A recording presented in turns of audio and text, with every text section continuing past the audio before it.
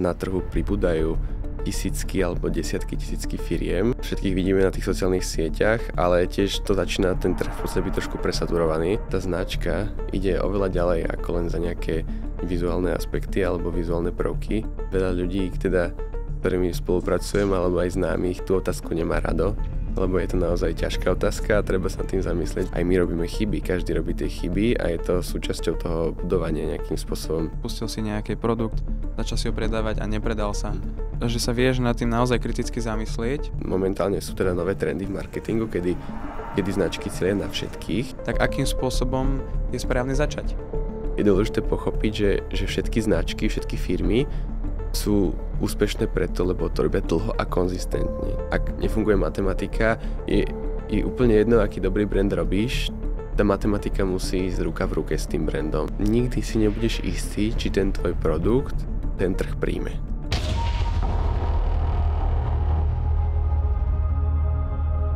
Vítajte pri sledovaní podcastu Moderný muž. Dnes sme si pripravili trošku inú tému, ako sme riešili doteraz, a síce je to marketingová téma a je to preto, lebo si myslím, že biznis, marketing, naplnenie cieľov a tak ďalej patrí veľmi silno k tejto mužskej energii a je to veľkou súčasťou toho, preto sa dnes budeme rozprávať s Paťom Rybárom. Paťo, vítaj. Ďakujem pekne za pozvanie. A budeme sa rozprávať o marketingu v dnešnej dobe, o modernom marketingu a ako ho robiť. Tak Paťo, vítaj u nás. V prvom rade by som bol rád, keby sa predstavil a povedal si, že čomu sa venuješ a aké oblasti marketingu. Jasne, ďakujem pekne. Tak v podstate ja sa venujem budovaní značiek a zlepšovaniu v podstate tej klientskej efektivity týmto smerom. Čiže môjim v podstate cieľom je pracovať s tým klientom nie iba na tej forme tých reklám, ale vyslovene celkovo pozdvihovať ten brand a budovať vlastne značky tak, aby sa dosahovali všetky podnikové ciele tých klientov. Čiže toto je v podstate taká asi základná vec, ktorej sa venujem. A akým spôsobom sa vyvíja ten marketing alebo mení v dnešnej dobe, lebo vidíme veľa nejakých rôznych trendov, veľa ľudí skúša Instagram, tvoriť si nejaké organické dosahy napríklad, alebo veľa ľudí skúša TikTok, LinkedIn, veľa platform je dneska je strašne veľa spôsobov, akým sa dá robiť marketing, tak ktorý z nich vidíš, že teraz sa bude nejak lepšie vyvíjať, alebo ktorý z nich skôr upadá, alebo akým spôsobom sa bude vyvíjať ten trh marketingový? Tak dôležité je vlastne pochopiť to, že my nežijeme vlastne v tej dokonalej konkurencii a na trhu pribúdajú tisícky alebo desiatky tisícky firiem a veľakrát alebo častokrát je to aj v tom rovnakom prostredí, a teda podnikateľskom odvetví. Čiže čo sa týka toho marketingu, tak ja presne aj z tohto dôvodu sa zameriavam na to budovanie značiek, pretože je to v podstate nejaká vec, ku ktorej sa dá pristupovať tak, že potrebujem spraviť niečo iné, alebo nejakým spôsobom sa odlíšiť, pretože naozaj tých konkurentov na tom trhu stále pribúda a už v dnešnej dobe je naozaj veľmi málo segmentov, kde si môže niekto povedať, že je monopol, alebo v podstate, že tam zastúpil pár firiem. V dnešnej dobe naozaj je to skôr tak, že v tom podnikateľskom odvetví sú desiatky firiem, ktoré vlastne bojujú o tú pozíciu a tam je v podstate tá najťažšia úloha nejakým spôsobom odlíšiť. A áno, v podstate v dnešnej dobe všetkých vidíme na tých sociálnych sieťach, ale tiež to začína ten trh v podstate byť trošku presaturovaný. To znamená, že aj na tých sociálnych sieťach tie firmy musia rozmýšľať nad tým, akým spôsobom sa tam dokážu odlíšiť a čo môžu vlastne spraviť inak. Dobre, čiže opakuje sa tu slovo odlíšiť a spomíname to odlíšenie sa od konkurencie. Čiže je to v podstate nejaká forma positioningu, hovorím správne? Áno, v podstate áno. Tak tým, že my budujeme značky, je to v podstate to, že my v podstate potrebujeme vytvoriť nejakým spôsobom nejakú ideu alebo myšlienku v mysliach spotrebiteľov, ktorí v podstate potom, pretože ako vieme, ľudia nenakupujú produkty alebo nekupujú si veci podľa toho, čo im chýba v chladničke, ale kupujú to v podstate pomocou emócií a pomocou nejakých svojich pocitov. Čiže to je v podstate celé sa to točí okolo toho, že my, keď ideme po obede na kávu, tak my si nechceme v podstate kávu, ale chceme si trošku oddychnúť. A tam je v podstate napríklad pri tých kaviarniach taký veľký selling point, že môjim cieľom nie je vlastne robiť dobrú kávu, ale spraviť nejaké miesto, kde si tí ľudia dokážu oddychnúť, kde môžu každé po obede prísť a toto je v podstate o tom. Čiže čo je potom taký najdôležitejší rozhodujúci faktor v tom spotrebiteľskom správaní? Tak ako som spomínal za mňa, alebo z môjho pohľadu, sú to tie emócie, alebo to správanie. V podstate, že ja sa musím niekde cítiť dobre. Keď sa cítim dobre, tak v podstate s tou značkou, alebo s tou konkrétnou firmou sa mi potom spájajú tie správne, tie pozitívne emócie, alebo pocity. A tým v podstate nazval by som to, že radšej tam prídem nakúpiť a minúť svoje peniaze, ako niekde inde. Dobre, a tak skúsme ešte tak viac definovať, že čo to vlastne znamená značka, brand, alebo veľa ľudí si pod tým predstaví možno niečo iné, niekoho napadne Coca-Cola hneď a Apple a také tie najväčšie brandy na svete, ale skúsme si povedať, že čo to vlastne je ten brand a ako viem, že toto je časť brandu, toto nie je časť brandu, čo spadá do brandu, čo už nie, čo je značka, čo nie. Ja to vždycky svojim klientom rozprávam aj na takých rôznych príkladoch. Jedným z nich je ten, že vaša značka je to, čo sa stane, alebo čo si ľudia budú myslieť, alebo čo budú cítiť, keď vy odjdete z miestnosti. Čiže je to v podstate každá nejaká prezencia, alebo každý kontakt, každá nejakým spôsobom myšlienka, ktorú si ten užívateľ nejakým spôsobom vyjaví, keď si len pomyslí na niečo. Napríklad, keď povieme, dajme nejaký príklad napríklad s autami, že keď sa povie, že bezpečnosť, tak automaticky tým ľuďom príde na Volvo, s ktorým sme mimochodom tiež spolupracovali. Čiže je to v podstate presne o tom, že to Volvo si zadefinovalo nejakým spôsobom svoje hodnoty a pracujú s komunikáciou a s prezentovaním svojej značky ako bezpečnej. Čiže po konzistentnej komunikácii sa teda môže stať presne takáto vec, že tí spotrebitelia si naozaj potom budú nahovárať alebo budú tomu veriť, čo teda samozrejme nie je to iba, že klamstvo, je to pravda, naozaj tie autá sú bezpečné. Čiže je to iba ukážka v podstate dobrej komunikácie a toho, ako by mal vyzerať ten správny branding a práca so značkou, že naozaj keď sa povie slovo Volvo alebo značka, tak tým ľuďom sa vyjaví tá bezpečnosť. Čiže to je v podstate taký ideálny príklad asi na to, čo je značka. A že teda nie je to iba o nejakom logu alebo nejakom sloganu.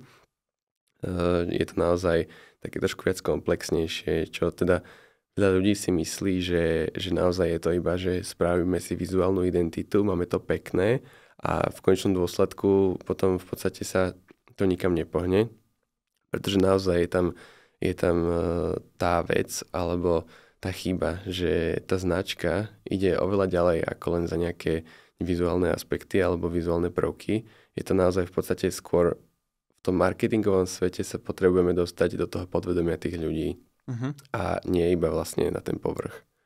Toto v praxi veľmi často vidím u ľudí, čo začínajú podnikať napríklad, alebo vytvárajú si nejaké vlastné produkty, chcú s niečím prísť na trh, tak strašne veľa času venujú častokrát do loga, aj veľa peňazí do Instagramu, aby pekne vyzeral. Keď si otvoríš Instagram, tak tá stena, aby tam vyzerala dobre, do toho investujú strašne veľa peňazí. Ďalej investujú veľa peňazí do webov, aby vyzerali pekne tie weby, aby boli nejak vizuálne, poviem to pekné, hej, na prvý pohľad. Ale častokrát nemyslia na to, že akú správu tým chcú odoslať, ani vôbec to nemajú na mysli. Iba pracujú s nejakými prvoplánovými grafickými návrhmi, čo sa im možno páči alebo s čím sympatizujú, ale nemajú to vôbec premyslené do hĺbky. Tak na čo by sa mali takto ľudia, čo spravili takúto chybu, ako by to mali napraviť alebo na čo by sa mali radšej sústrediť? Tak tam je v podstate najdôležitejšie zamyslieť sa, že čo vlastne potrebujem ja odkomunikovať, alebo že čo ja, keď si tak zoberieme, že čo tá moja značka vlastne robí. Lebo teda keď sa bavíme o tom, že tie značky nepredávajú už produkty, pretože produkty predávajú každý a nejakým tým spôsobom odlíšenia môže byť zrovna to, že začneme vlastne ponúkať alebo predávať tie emócie a budovať si nejaké komunity a robiť takýto druh marketingu, tak tam je v podstate dôležité sa nejakým spôsobom zamerať na to, že prečo my. Vždy je tam tá otázka prečo a veľa ľudí, teda, s ktorými spolupracujem, alebo aj známych, tú otázku nemá rado, lebo je to naozaj ťažká otázka a treba sa tým zamyslieť, že prečo to robím a potom vlastne, že ako to robím, alebo že ako by som to chcel robiť. A keď je odpoveďou len, že chcem to robiť len preto, alebo chcem veľa predávať, tak potom z toho vznikne tento problém. Vlastne všetky veľké značky, alebo aj tie malé, ktoré vznikajú a sa budujú, vznikli s nejakou hlbšou myšlienkou a to je v podstate nejakým takým poslaním tých podnikov alebo firiem. A keď vlastne toto sa spraví, treba v podstate jediné, čo by som teda poradil, je nejakým spôsobom si k tomu sadnúť, trošku sa nad tým zamyslieť a naozaj sa to v podstate stačí pár hodín na to zamyslenie a je to v podstate taký typ brainstormingu, ktorý sa dá vlastne spraviť týmto spôsobom a naozaj sa potom tým mnohým podnikateľom otvoria oči, že čo vlastne robia, či vlastne tá dôležitá otázka je, že či to má význam, to, čo oni robia. Pretože keď by som teraz si založil podnik iba tak, že idem predávať chladničky, tak asi by to bolo také prvoplánové a je tam presne tá otázka, že prečo to vôbec robím. Hej? A že keď to robím len preto, lebo to robím, tak nikdy v živote na tom trhu neúspejem. Je tam veľmi dôležité mať tú myšlienku a vlastne odraziť od toho celý ten brand. Tá myšlienka môže byť niekedy možno až taká, by som povedal, že hlúpa, hej? Alebo niečo, možno srdcovka, niečo, čo máš rád, alebo čo robíš rád, ale je dôležité to robiť s tým poslaním alebo s nejakou víziou do budúcnosti a vlastne na tomto sa dá postaviť tá značka a je to vlastne tá prvá vec, čo by ten človek mal spraviť a nie budovať vlastne teraz pekné logo alebo peknú vizuálnu identitu, pretože aj tá vizuálna identita by v podstate mala odrážať nejakým spôsobom tú majiteľovú poviem to možno, že hodnoty alebo hodnotu, alebo možno stačí tá jednoduchá vízia a ďalej sa s tým dá pracovať. Veľmi dobre hovoríš, pretože to aj veľmi úzko súvisí s tou motiváciou toho zakladateľa toho podniku alebo biznisu. Zober si, že každý veľký podnik bol raz malý a vždy to stálo na začiatku na jednom človeku, ktorý to vymyslel v podstate. A vždy to bolo o jeho motivácii, o tom, čo on chce z toho vybudovať, o jeho vízii. Vždy to proste začalo v niekoho hlave, hej, tak poviem. A tam je strašne dôležité, to už sme raz rozoberali, že ty určite si odsudený na zlyhanie, keď tvoj jediný motivačný faktor preto, aby si začal nejaký podnik je, že chcem zarobiť peniaze, že toto predám, že toto budem predávať. Keď ťa to nebaví, nemáš tam žiadnu víziu, nechceš proste, poviem to tak, že zmeniť svet k lepšiemu, alebo priniesť niečo nové pre tých ľudí, pomôcť tomu trhu, alebo proste byť taký nejaký vizionár, že niečo tu reálne zmeníš, začnú sa robiť veci inak a tak ďalej. Keď nemáš takúto víziu aj v tom osobnom mindsete, keď ideš do toho biznisu, tak tebe sa vlastne presne začneš robiť napríklad takéto chyby, že začneš si robiť napríklad logo, investuješ do toho kopu času a ani nevieš vlastne čo a prečo robíš v tom biznise na začiatku, v tom marketingu. Robíš to vlastne iba preto, že si myslíš, že by si to mohol niekedy v budúcnosti predať, lenže takýmto spôsobom si úplne odsudený na neúspech a nie iba v marketingu. To už iba počiarkuje to, že máš zle nastavený ten mindset, že nemáš tam presne stanovené tie hodnoty, čo chceš dosiahnuť aj ako sám, ako človek na tom trhu, nie iba ako podnik. Je to tak, ako vravíš, tam tá motivácia je v podstate veľmi dôležitá. Keď pôjdem na trh s tým, že idem iba predávať niečo, tak som si istý, že 100% neúspeješ s týmto projektom alebo s týmto plánom. Tam je veľmi dôležité v podstate posúvať sa nejako ďalej a ako si vravel, tak to zlyhanie je úplne bežná vec a deje sa to každému, kto to kedy skúsil. A myslím, že možno, že by som povedal, že tak by to aj malo byť, že nie je to vôbec chyba, hej? Že v podstate aj veľké značky robia veľa rebrandingov a robia veľa chýb, iba teda sú veľké a už momentálne je to menej vidieť. Tak keď začínali, tak keď urobili chybu, tak z tej chyby sa vedeli proste poučiť a vedeli to nejako trošku napraviť a myslím, že takto by v podstate každý podnikateľ alebo každá značka mala fungovať, že nebáť sa ísť do toho. Samozrejme je fajn, keď sú tam nejaké vedomosti o tom, ako to robiť, pomôže to, zrýchliť ten proces trošku, ale aj veľakrát, a nehanbím sa to povedať, aj v rámci nejakých tímov, alebo keď pracujem so značkami, tak aj my robíme chyby, každý robí tie chyby a je to súčasťou toho budovania nejakým spôsobom, či už osobného alebo podnikateľského a hlavne aj keď sa spravia tie chyby, tak sa v podstate z toho dá veľa naučiť a tá značka potom môže byť silnejšia. Áno, ono závisí od toho, ako dobre to dokážeš pretaviť na tie Mhm. skúsenosti a ako dobre sa vieš poučiť vlastne z tých, nazvime to chýb, čo si spravil aj v marketingu, aj v tom osobnom mindsete a tak ďalej. Je dôležité to dobre uchopiť a pochopiť, že prečo sa ti stalo to, čo sa stalo, prečo ten tvoj produkt zlyhal, spustil si nejaký produkt, začal si ho predávať a nepredal sa. Mhm. Tak, že sa vieš nad tým naozaj kriticky zamyslieť a zistiť, že prečo sa nepredával, kde si spravil chybu a ešte dôležitejšie je aj sa z toho poučiť a Mhm. reálne niečo spraviť inak na budúce pri ďalšom tvojom pokuse. Nezdať sa, snažiť sa, ale už sa snažiť urobiť lepšie rozhodnutia na základe tvojich širších skúseností. Áno, je to presne tak.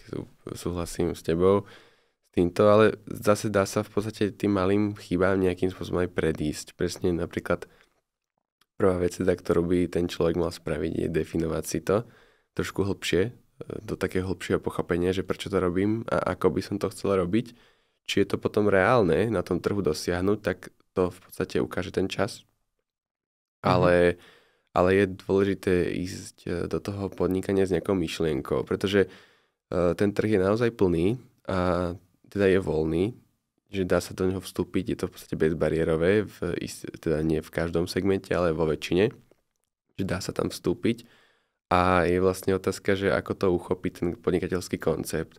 Tí, ktorí každá značka, aj tie obrovské, ktoré teraz cieľia na všetkých, tak vždy vstupovala s nejakou myšlienkou. Čiže či už je to vybrať si nejakú cieľovú skupinu, nejaký segment, na ktorý bude cieliť. To cieľenie na všetkých v podstate sa nedá úplne robiť na začiatku. Je to fajn, momentálne sú teda nové trendy v marketingu, kedy značky cieľia na všetkých, či už pomocou reklám, alebo pomocou aj nejakých rôznych billboardových alebo outdoor reklám. Ale na tom začiatku je veľmi dôležité vedieť, že koho by som chcel mať ako toho cieľového zákazníka alebo ako by mal vyzerať, pretože naozaj sa nedá začať cieliť na všetkých. Je to v podstate postupne a potom, keď tá firma v podstate narastie alebo bude proste väčšia, tak potom sa vlastne s tým marketingom dá aj pracovať. To by som sa aj vlastne vrátil k tomu robeniu tých chýb, že je úplne normálne, že tá značka sa v podstate zmení za 10 rokov. S tým, ako ja, ako podnikateľ, by som teraz vstúpil so značkou na trh, tak ona určite nebude za 5 rokov vyzerať rovnako. Určite môj mindset bude úplne iný. Tie hodnoty tej značky možno narastú, možno sa zmenia.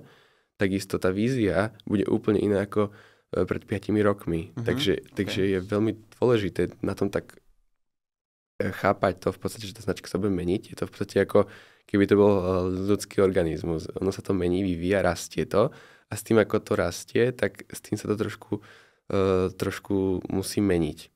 Čiže napríklad ten cieľ, ktorý budem mať ja teraz, tak za 5 rokov bude oveľa väčší, hej, keď mi to pôjde správnym smerom. A to isté, keď začnem cieliť teraz na, dajme tomu, že ľudí s menším príjmom, neznamená to, že za tých 10 rokov, keď vybudujem nejakú veľkú značku, to sa nedá zmeniť. To je v podstate iba ten prvotný vstup na ten trh.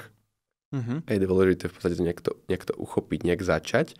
A presne tak urobím teraz 500 chýb na tom trhu a zrovna kvôli tomu v podstate potom za tých 10 rokov môžem mať dobrú značku vybudovanú, lebo som tie chyby spravil, vedel som, do čoho idem a za tých 10 rokov to moja značka bude vyzerať úplne, garantujem ti, že to bude vyzerať úplne inak ako napríklad dnes, keby som začal.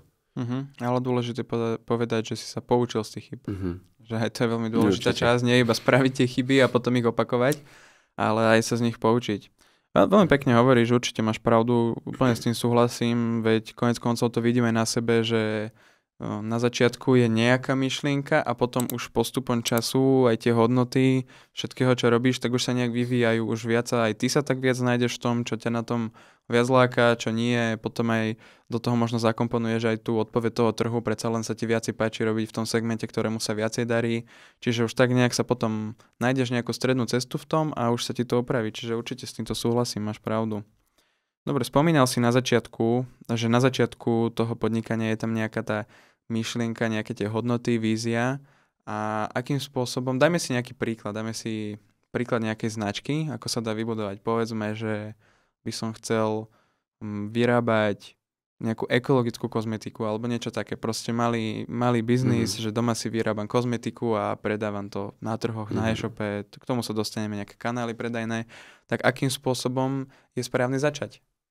Spomenuli sme, že musíš mať nejakú víziu, že čo vlastne chceš tým dosiahnuť a ako by mohla vyzerať vízia napríklad takéhoto podniku. Čo môžeme považovať za víziu?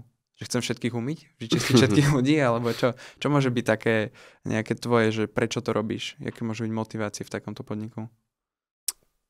Dobrá otázka. Začína to v podstate nejakým spôsobom znova, trošku sa budeme opakovať, tým, že prečo to robím.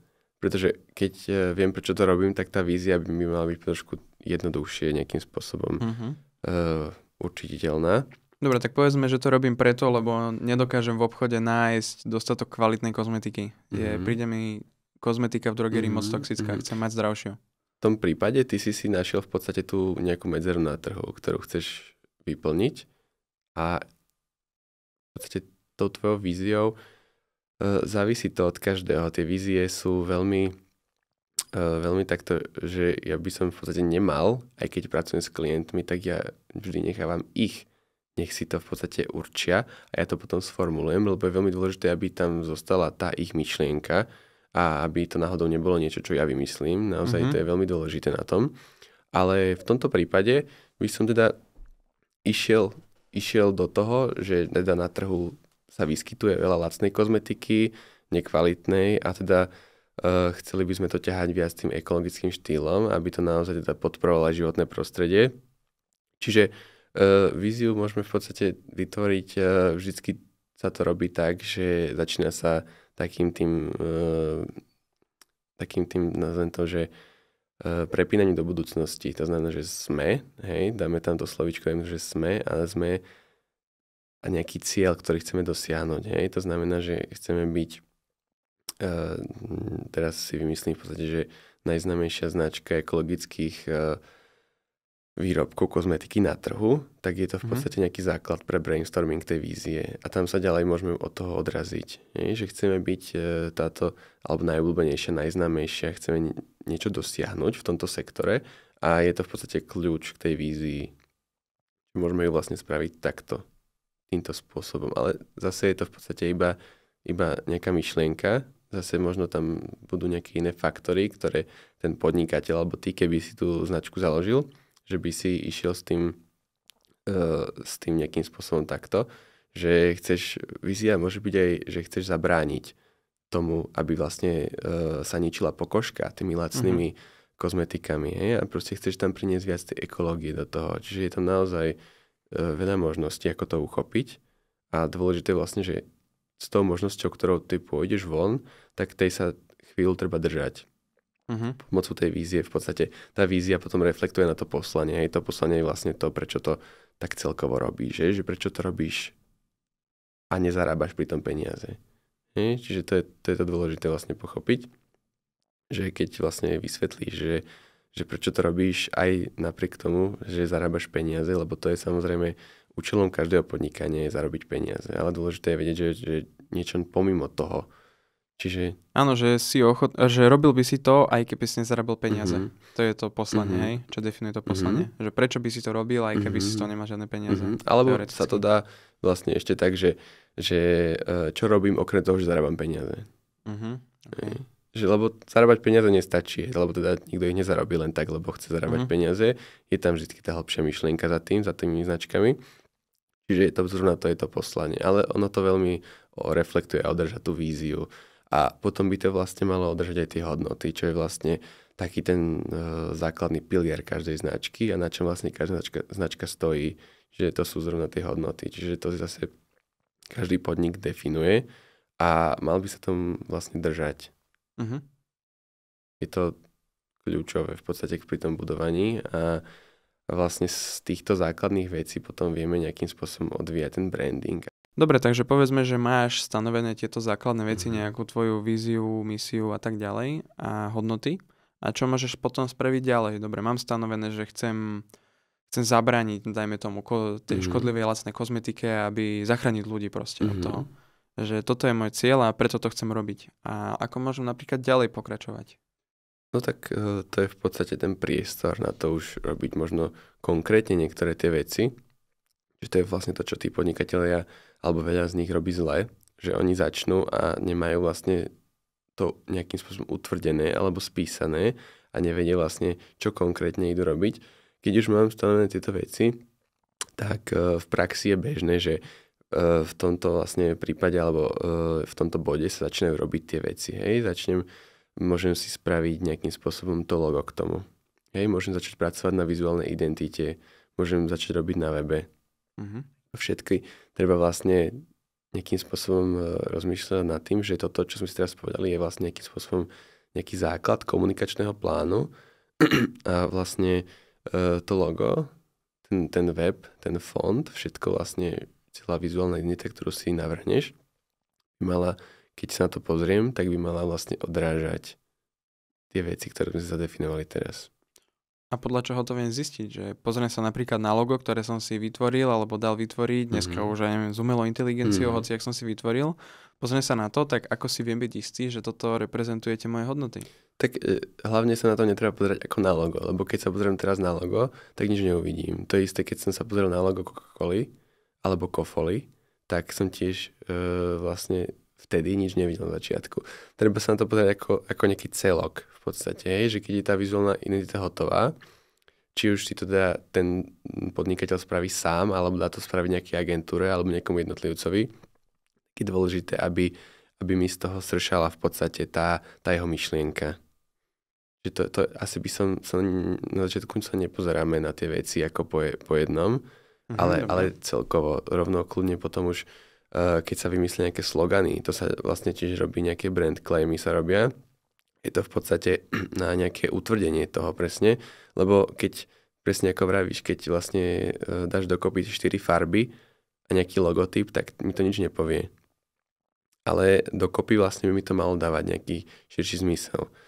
No a to je vlastne tá sila je v tom, že aj keď na začiatku to možno pochopí málo ľudí, tak tým, že ja to začnem opakovať a začnem s tým komunikovať, že toto je moje logo, toto je môj logotyp, toto je môj slogan, tak tým sa to začne tým ľuďom trošku viac spájať. Dobre, a myslíš, že takí tí malí podnikatelia by mali investovať zdroje, čas a tak ďalej do vytvárania nejakého povedzme, že brand manuálu alebo takého niečoho, že nejakého širšieho brandu? Nie. Moja odpoveď, že nie, pretože širší brand sa dá vytvoriť aj potom. Dôležité je ale mať tie základy. Môže to byť formou nejakého moodboardu alebo niečoho. V praxi sa nestáva, alebo je to veľká výnimka, ak by som došiel za klientom a klient mi, malý klient, rátajme, že začínajúci podnikateľ alebo niekto taký, a mi položí na stôl brand book. To sa nestáva. Hej, to je tak otvorene si to povedzme, to sa nestáva, pretože tých starostí a tých vecí, ktoré treba spraviť, je oveľa viacej. Čiže tvrdil by som, že naozaj z tej praxe teda vravím, že netreba to mať spísané všetko od detailov, alebo že takto sa to nemôže používať, takto sa to môže používať. To si myslím, že nie je práca, keď začíname. Keď začíname, je dôležité mať urobené všetky tie dôležité veci, postaviť tie piliere a na tom potom vedieť stavať. Čiže stačí, a som zastanca toho, alebo pracujem s klientami, alebo snažím sa ich trošku vzdelávať aj v tejto oblasti, že je fajn mať urobiť nejaký moodboard, alebo tie veci spísané v podstate niekde, pretože je dôležité, že ono sa to stane časom, že ten podnikateľ alebo tí ľudia, keď má aj možno tým, že zamestnancov, tak tí ľudia trošku vybočia z tej cesty. Tak je fajn si to občas potom prečítať, že prečo to robím, čo robím, ako to robím a mať to proste pred sebou a zase do toho dostať. Čiže je fajn to mať. Je fajn to mať, ale aby som robil teraz nejaký 30-stranový brandbook, tak naozaj na začiatok podnikania si myslím, že to je zbytočné teraz pre podnikateľov. A hlavne v praxi to tak nikto nerobí.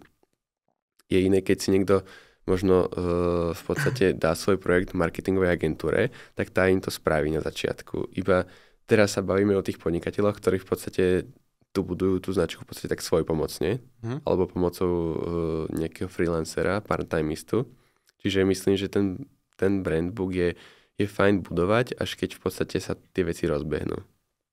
A veľmi sa mi páči jednu vec, čo si povedal, že že ty sa k tomu podstupne vraciaš aj ten tvoj tým a tak ďalej, že čo si vlastne naplánoval, aby si nezišiel z tej cesty. A ja veľmi rád vravím, že veľa rôznych pohľadov na nejakú problematiku sa stretáva. A tuto vidím, že sa veľmi stretáva to podnikanie s nejakým osobným životom napríklad a s nejakým osobným plánovaním. Ja napríklad robím v mojom osobnom živote presne to isté. Mám zapísané svoje ciele, čo chcem dosiahnuť a takisto aj dôvody, že prečo to chcem dosiahnuť. A takisto nejaké, nazvime to moodboardy alebo dačo, že viem, mám nejak zvizualizované, že čo chcem dosiahnuť v tom živote. A taktiež sa k tomu pravidelne vraciam, lebo presne takisto to funguje v tom osobnom živote, že ty už potom sa to každý deň to 1% upravíš, dačo tam pozmeníš a postupne už vlastne zistíš, že po pol roku už robíš niečo úplne iné, jak na začiatku. A presne aj v tom osobnom živote a takisto tak vravíš aj v tej značke, v tom podnikaní, v tom brande je veľmi dôležité, aby si sa vracal k tým koreňom, povedzme to takto, hej, že si na začiatku stanovíš a potom nie iba, že to stanovíš a zapadne to tak do šuflíku a už si iba potom robíš furt niečo iné každý deň o 1%, ale že sa k tomu aj vraciaš reálne a že si to aj prečítaš, pozrieš, že čo bola tá tvoja pôvodná myšlienka a ono ťa to tak udrží na tej správnej ceste, že lebo to úsilie potom je o mnoho efektívnejšie, keď ho smeruješ tým jedným smerom, ako keď stále ho kde odkloníš do nejakej strany a ráno ťa napadne niečo iné, môže to byť dobrý nápad, ale odkláňaš sa z tej tvojej cesty a tým pádom neskôr dosiahneš to, čo si na začiatku stanovil. Aj vo svojom živote, aj v podnikaní.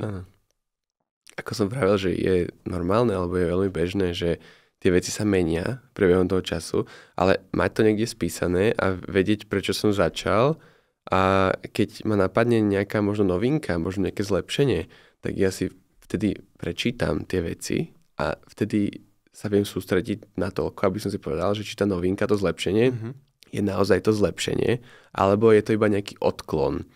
Tam vlastne je dôležité pochopiť, že všetky značky, všetky firmy sú úspešné preto, lebo to robia dlho a konzistentne.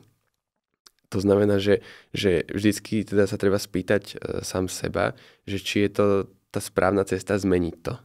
Lebo ja viem, že to je v podstate trošku psychicky náročné, alebo na tú hlavu trošku, že zase to robím dokola, alebo veľa ľuďom sa to potom po tých možno po roku, po dvoch chcú zmeniť všetko, lebo si už myslia, že tí ľudia sú proste presítení toho a že oni to robia do kolečka to isté.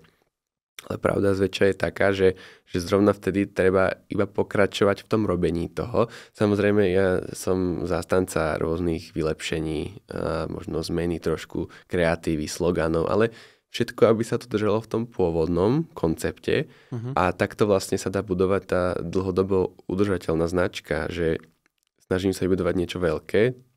Veľké to bude vtedy, tak ako McDonald's v podstate nerobí nič iné už 20 rokov, len to, že oni si robia svoje billboardy, kde je jedno žlté M-ko na tom billboarde. A nie je to, že by to bola nejaká veľká kreatíva alebo nejaká silná myšlienka. Je to proste jedna vec a robia to 20 rokov. Tak keď budeš robiť niečo 20 rokov, tak ver mi, že tí ľudia si to všimnú a zapamätajú si to. Dobre, ale toto by McDonald nemohol, povedzme, spraviť v jeho začiatkoch. Že dať majú 4 prevádzky a dať potom po celom tom meste MK, nikto by aj tak nevedel, že čo to je. Čiže ono je to stále otázka tej konzistentnosti, že ten brand sa buduje nie z večera do rána, jak sa vraví, ale je to postupná systematická práca na tom, že nie po 20 rokoch to pozná každý, ale má to zmysel im napríklad, dajme tomu po 10 rokoch začať robiť billboardy, nejaké brandové, hej, aby mali nejaký awareness a tak ďalej. Určite. Dobre, a posuňme sa ďalej s tou našou vzorovou značkou pri tej kozmetike. Dobre, čiže máš stanovené niečo takéto, dajme tomu, že už máš nejaké logo, vieš, prečo to robíš, máš nejaký moodboard alebo vision board, niečo také máš. A čo ďalej? Ako nájsť, povedzme, prvých klientov? No, otázka. Odhliadneme teraz od výroby produktu, to počítame s tým, že už každý má zvládnuté. Dobre. Dajme tomu, že vieš si vyrobiť produkt, hej? Otázka, teda predávame online alebo v kamennej predajni? Čo odporučíš? Kde mám začať predávať? No tak odporúčil by som ten online priestor z toho hľadiska, že veľa ľudí alebo veľa biznisov padne na tom, v podstate na tých počiatočných nákladoch, ktoré sú naozaj vysoké, keď majú prevádzky. Bo je bežné v podstate, že čo je dôležité v tomto podnikaní si spraviť je nejaký plán, nejaké plánovanie, možno trošku také aj strategickejšie, či už za podpory nejakých profesionálov, alebo aj tak samovolne. vytvoriť si, na začiatok odporúčam nejaké plány na rok a pol dopredu. Netreba robiť 10-ročné plány, nikdy ich nikto nedosiahne, tak ako si ich prvýkrát napíše. Ale na rok a pol je to fajn a potom si urobiť nejaké také menšie plániky alebo skôr také taktické ciele, že kedy a čo chcem dosiahnuť. Lebo naozaj veľa ľudí na tom vlastne spadne, že chcú mať kamennú predajňu a kúpia si priestor v Auparku a to je problém, lebo ten priestor naozaj stojí niečo. A keď sú vlastne mladá firma, nikto ich nepozná, tak sa im to až tak nemusí oplatiť. Čiže ak je tá možnosť, tak je to fajn mať vlastne online, využívať ten online priestor a mať nejaký online e-shop. Ale samozrejme je potom v budúcnosti fajn nejakým spôsobom pristúpiť aj na tú kamennú predajňu. Len teda opäť treba do toho v podstate dať veľa peňazí. Hej? Čiže na ten začiatok je fajn sa zaoberať tým onlineom. A až potom, keď možno mi to vyjde aj finančne, tak sa zaujíma nejaký priestor. A veľa ľudí to robí tak, že si nájde možno nejaký priestor na začatie, alebo nejaký taký začiatočnícky priestor niekde mimo, iba aby v podstate trošku ušetril, a potom v podstate, keď sa to naozaj rozbehne, tak potom vlastne sa premiestne niekde nejaké také, dajme to už do obchodného centra alebo takto niekde. Ale naozaj na začiatku bez dobrého plánovania a bez nejakej finančnej analýzy, to trošku teraz už zabáčame mimo marketingu, ale je to dôležité pochopiť, že bez tej finančnej analýzy to nikomu nevyjde. Tam podnikanie alebo ten biznis je všetko vlastne o tých číslach. Tam tá matematika musí fungovať. Ak nefunguje matematika, je úplne jedno, aký dobrý brand robíš, tá matematika musí ísť ruka v ruke s tým brandom a s tým podnikaním. Takže keď si urobíš tie plány, máš to, hej, zväčša sa to robí zrovna v tejto postupnosti, že tie plány sa robia až potom, ako si zadefinuješ to, že prečo to chceš robiť. Lebo to je vlastne aj takto najdôležitejšie, prečo, ako. A potom je dôležité sa pozrieť aj trošku na tie plány, aj na tú finančnú matematiku trošku, že či ti to vyjde. A preto hovorím, že keď teda bavíme, že nemáme nejaký kapitál na začiatok, čo veľa ľudí nemá, tak určite by som odporúčal začať v online prostredí. A keď to bude fungovať, alebo keď sa budú dodržovať tie plány, tak potom sa dá vždycky otvoriť kamenná prevádzka. A myslím, že je to taký bežný postup, tak sa to v praxi zväčša robí. Takže myslíš, že e-shop vo všeobecnosti ťa vyjde lacnejšie ako kamennú prevádzku si otvoriť alebo na nejakých trhoch predávať alebo tak? Áno, tam je aj tá vlastne myšlienka, že ty ako začínajúci podnikateľ v podstate nikdy si nebudeš istý, či ten tvoj produkt ten trh príjme. To je veľmi dôležité pochopiť a vedieť, že aj keď si zaslepený tým, že aké to je skvelé, tak nie je dôležité to, čo si myslíš ty, ale to, čo si myslia ľudia. A teda, že či oni príjmu ten produkt, či sa im tiež bude zdať taký skvelý. Hej, tam je zase dôležité trošku pripomenúť to, že kvalita produktu a to, že či je naozaj ten produkt taký, ako my hovoríme, je veľmi dôležité, lebo ak tá kvalita je nízka a my to vyspevujeme do oblakov a hovoríme, aké to je úžasné, tak ten breakdown niekde tam príde. Tí ľudia to pochopia možno po pol roku, že ten produkt proste nie je taký dobrý. Čiže je dôležité, keď chceme robiť ekologickú kozmetiku, aby bola naozaj ekologická. A v tom prípade môžeme vlastne začať s tým budovaním. A dá sa tam s tým niečo robiť, keď sa mi naozaj dojdem do toho bodu, že spravil som dobrý produkt, takýmto spôsobom postupujeme, že máme nejaký brand, má to hlavu a pätu, viem, prečo to robím, spustím predaj tých produktov a ten trh by to neprijal. Čo sa dá v takom prípade robiť s tým, že trh neprijal moje produkty? Je chyba v produktoch alebo v komunikácii? To treba zistiť. To je presne v podstate pokus omyl v tomto prípade. Nedá sa to zistiť nijak inak. Aj keď ľudia hovoria, že sa to dá zistiť, alebo rôzne agentúry, že to zistia, tak dá sa to zistiť v podstate prieskumom trhu, ktorý je veľmi drahý a častokrát je veľmi oveľa lacnejšie, keď to potrebujem zistiť v podstate sám. Hej? Že je dôležité zistiť, že buď mám chybu v produkte, alebo v tej komunikácii. A potrebujem zistiť vlastne, že čo je kde, hej? Alebo v podstate poskladať si tie svoje pucle A dá sa to v podstate nejakým spôsobom pomaličky zisťovať.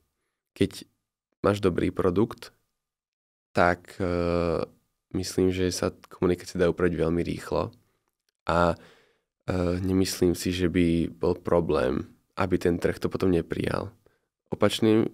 Z opačného akože z hľadiska by to bol veľký problém.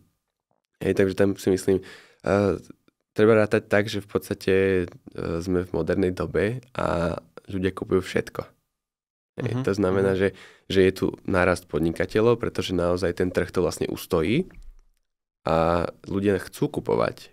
Oni v podstate majú tie peniaze, hej? Oni nejakým spôsobom kupujú online, chcú to robiť. Takže ja by som sa nebál toho, že by mi to nevyšlo z toho hľadiska, že mám zlú komunikáciu. Komunikáciu stačí iba upraviť. Veľký problém je, keď máš zlý produkt.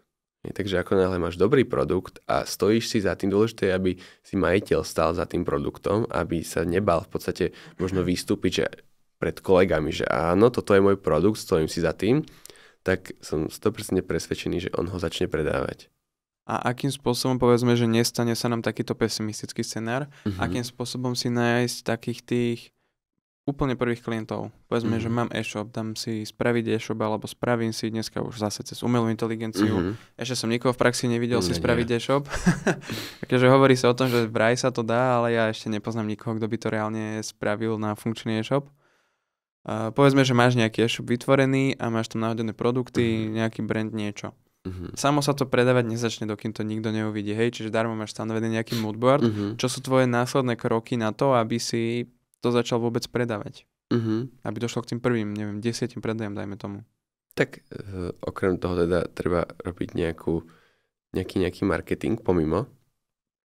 V podstate ešte pomimo toho e-shopu treba nejak začať. Či už to sociálne siete, lebo v podstate je to zadarmo začať. Dá sa s tým, takže toto je v podstate prvý nejakým spôsobom taký bod, ktorý možno treba začať a začať budovať vyslovene ten brand, lebo mať moodboard je fajn a teraz treba začať to komunikovať tie veci a pracovať s tým. Čiže takto, no okrem toho teda dôležité je, možno to poviem tak, býva to v praxi, alebo je to takým pravidlom, že funguje v podstate ten network, čiže všetci moji známi by mali vedieť, čo robím. Je to najlepšie, lebo každý pozná niekoho. A som si presvedčený, že toto sú každý podnikateľ a každý človek, ktorý začína s tým, tak má prvé predaje vlastne od mojich známych. A do toho v podstate treba, keď máme ten e-shop spustený, tak určite by som na prvé mesiace odporučil začať pracovať aj s reklamou. Samozrejme, nemusí tam byť veľký budget, stačí nejaký malý, hej.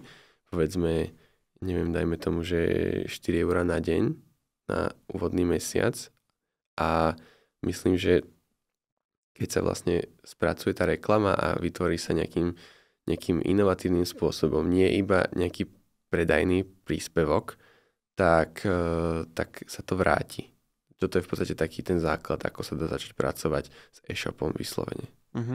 Tu ale predpokladám, že treba povedať, že tie kampane, čo budeš robiť, musia vychádzať z toho tvojho brandu samozrejme. Aj z toho všetkého, čo si stanovil predtým, že to nie sú reklamy, ktoré si vytvoríš, že z brucha poviem to, jak ťa to napadne, ale že asi by to malo byť trošku viacej premyslené a trošku viacej spravené do toho tvojho tone of voice, nazvime to, hej, do toho tvojho hlasu. Áno, tam vlastne sa bežne robí to na začiatku, že v podstate sa funguje cez tie sociálne siete a tam sa v podstate vytvorí nejaké kreatívy, vytvoria sa nejaké reelska alebo nejaké videá, ktoré presne v podstate nejakým spôsobom sa snažíš tým ľuďom vlastne odprezentovať to, čo si, ale bez toho, ako isto vieš, tak na tých sociálnych sieťach by si nemal tak priamo predávať, lebo teda znižuje to všetky ukazovatele. A vlastne tieto príspevky, ktoré vlastne vytvoríš, tieto kreatívy, sa potom dajú už sponzorovať. Že je to taký začiatok, kedy vlastne nemusím si tvoriť reklamu pomimo, ale vlastne si vytvorím rovno content a rovno vlastne z toho spravím reklamu. S tým teda, že tam bude nejaký preklik na môj e-shop. Čiže jasné. Je to možnosť. Je to asi úvodná, najjednoduchšia a najlacnejšia možnosť. Dobre, čiže povedali sme si, akým spôsobom vybudovať, tak zjednodušene, hej, ako vybudovať nejaký brand, alebo akým spôsobom sa na to pozerať od nuly po prvé predaje. A vráťme sa ešte trošku k tej sile toho brandu a že v čom vnímaš tú najväčšiu silu toho brandu ty? Lebo ja napríklad vnímam najväčšiu silu toho brandu v dvoch veciach. A v tom napríklad, jak sa hovorí, že keď ti zhorí továreň, tak brand je to, čo ti ostane. Že nevieš vyrábať produkty, nemáš ľudí, nemáš nič, tak vieš stále vyrobiť iný produkt pod tú svoju značku a predáš ho s tým, že tí ľudia už ho rozpoznávajú a tak ďalej, čiže ho kúpia. A ďalšia silná vec je, že tie väčšie značky, napríklad pôjdeš do Nike, tak sú tie boty o mnoho drahšie ako vedľa u nejakých tureckých topánok, aj keď sa vyrábajú reálne v tej istej továrni, iba tam je fajočka, ktorá má nejaké tie emócie. Čo vnímaš ty takúto najväčšiu silu toho brandu? Čo sa dá využiť? Tak je to presne o tom, ako hovoríš. Je to v podstate, ten brand sám o sebe je v podstate iba nejaké prepojenie medzi mojou firmou a zákazníkom alebo užívateľom. Čiže to, čo si v podstate musím uvedomiť, je to, že robím to s nejakým pohľadom do budúcnosti, robím to s nejakým dôvodom. Lebo keď by som zapol iba tak reklamy bez zmyslu, tak ono sa mi to vráti. Lenže budúci mesiac musím spraviť to isté. A to isté, a to isté, a to isté. A dostanem sa v podstate po tej časovej osi až do toho bodu, kedy tí ľudia mi už to nenakúpia z tej reklamy. Alebo sa mi to už nevráti. Čiže tam je dôležité v podstate, že ja tie reklamy potrebujem používať v tom takom brandovom svetle, ale môjim cieľom je v podstate urobiť to, aby ten brand bol potom taký vlastne známy alebo viditeľný, aby mi tie predaje chodili kľudne aj v podstate nejakým takým organickejším spôsobom. Čiže áno. No a tým, že mám vybudovanú značku, tak budujem okolo seba nejakú komunitu. Čiže keď je to teraz firemná značka, aj keď je to trošku náročnejšie ako pri osobnej značke, tak aj tak sa dá budovať tá komunita. To znamená, že presne ako si vravel, že ja teraz urobím nejaký, alebo vydám nejaký produkt a ľudia mi to kúpia. Len preto, lebo ma poznajú, čo robím, poznajú, kto som, páči sa im moje také nejaký ten hodnotový základ, že robím to s nejakým ekologickým podtónom a proste to kúpia. A presne tak, keď budem mať potom značku, tak si viem obhájiť tú cenu. Lebo keď ma ľudia nepoznajú, tak a napríklad robím iba cez reklamy, alebo som nejaký taký iba e-shop, tak sa dostávam v podstate do tej cenovej tiesne. Tam vlastne jediný ten ukazateľ, podľa čoho musím nastaviť cenu, sú moji konkurenti. Lebo keď to spravím drahšie, tak to niekto nekúpi. Pritom keď ťa budú niekto poznať, a bude ťa mať rád, bude si s tebou spájať nejakú dobrú spomienku, alebo že sa bude ľahko orientovať na tvojej web stránke, alebo v prípade kamennej predajne sa budú dobre cítiť, lebo pri dverách ti niekto otvorí dvere, alebo ťa pekne pozdraví. Tak preto ja si kúpim tie veci tam. Ja viem, že ja mám vo svete toho spotrebiteľa, ja mám milión možností, kde si kúpiť a ja som ten, čo si vyberá kde. Čiže v podstate kúpim si veci tam, kde mi to je najpríjemnejšie. A kde sa o mňa, tak poviem, že najviac starajú. Ale presne to tak je a dôležité povedať, že aj toto všetko je súčasť brandu a značky. Aj to, že ti niekto otvorí dvere, napríklad keď je nejaké luxusnejšie prevádzky, aj to je súčasť značky. Aj to, že tam cítiš nejakú vôňu a tak ďalej, je strašne veľa. A všetky tieto aspekty patria do tej značky. A presne je to pravda, aj keď sa na to tak úplne laicky pozrieš, že prídeš do kaviárne a nejaká čašnička tam iba pod tebe, neviem, zazerá a odvrkne ti, keď si niečo objednáš a ani za tebou nechodí, tak už potom zvažuješ, či tam pôjdeš. Ak máš niečo na výber, tak tam radšej nepôjdeš, väčšinou. Ale pokiaľ prídeš do nejakej inej prevádzky, kde je na teba milá čašnička, usmieje sa, nalejú ti vodu, dajú ti čistú vodu zadarmo, hej, proste prinesú a tak ďalej a starajú sa o teba, cítiš sa tam dobre, tak to je taká kaviareň, kam sa vrátiš. Keď máš na výber, určite si vybereš túto, nevybereš si tu, kde pod tebe odvrkávajú. A toto všetko je napríklad súčasť toho brandu a treba na to myslieť pri tom tvojom podnikaní, lebo ťa to môže veľmi rýchlo potopiť. Ani nevieš ako. Súhlasím. Keď máš prevádzku a máš tam napríklad personál, ktorý sa správa, dajme tomu nevhodne k pár klientom, tak je úplne jasné, že tí klienti už tam nikdy neprídu proste a darmo ty vymeníš ten personál alebo napríklad zlepšíš tie procesy. Tí ľudia aj tak tomu nedajú šancu a keď dajú, tak až po veľmi dlhej dobe, hej. Že veľmi málo kedy ti tí ľudia dajú akýby tú druhú šancu na tom trhu. Že keď už sa raz sklameš v nejakej značke, tak už nedávajú väčšinou spotrebitelia druhú šancu, akéby. Dávajú?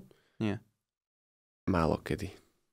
Dajú, môže byť, keď sú to obchody ako kaviárne alebo nejaké reštaurácie, tak je bežné, že tí ľudia tam dajú druhú šancu, ale už veľakrát tú tretiu nedostanú, pretože oni už aj na ten druhý krát prídu s tou myšlienkou, že sa im tu niečo nepáčilo a ľudská myseľ bohužiaľ funguje takýmto spôsobom a keď už tebe sa niečo nepáči, tak je úplne jedno, čo sa ti stane, tebe sa tam nebude páčiť. Aj keď tam pôjdeš s kolegami alebo s kamarátmi a tým sa tam bude veľmi páčiť, tak tebe aj tak zostane niekde vzadu v mozgu tá myšlienka, že ty si tu bol nespokojný a ty tu proste nechceš byť. Takže prísť tam prídeš, je to bežné, ale neočari ťa to. Neviem, čo by musela tá spoločnosť alebo tá reštaurácia spraviť preto, aby ti vlastne zmazala tú prvú spomienku, lebo tá prvá spomienka je tá najsilnejšia. Ja sa pamätám, jak som raz bol v Banskej Štiavnici a vošiel som tam do reštaurácie po jednej práci, po zákazke jednej. A tá reštaurácia bola hrozná, čakali sme tam vyššie hodiny a to jedlo bolo úplne na prd, všetci dostali jedlo, iba my sme poslední čakali. A to už viem, že do tej reštaurácie nepôjdem znovu proste. Proste pôjdem do inej. Aj to je súčasť toho brandu. Hej. Smutné na tom je to, že v podstate chyba nastala vlastne u tých zamestnancov, alebo že ten podnik vlastne môže byť úplne super a keby si došiel o deň neskôr a pracoval by tam 5 iných ľudí, tak vlastne by si mal úplne z toho iný pocit. A to je vlastne taká tiež veľmi dôležitá vec, čo je vlastne interný branding a teda k tomu akože môžeme niečo povedať, iba teda od toho nášho príkladu to má dosť ďaleko, ale je to dôležité z toho hľadiska, že veľakrát sa aj mne stáva, keď pracujem s takými, to poviem, že menšími alebo strednými podnikmi, ktorí majú pár zamestnancov.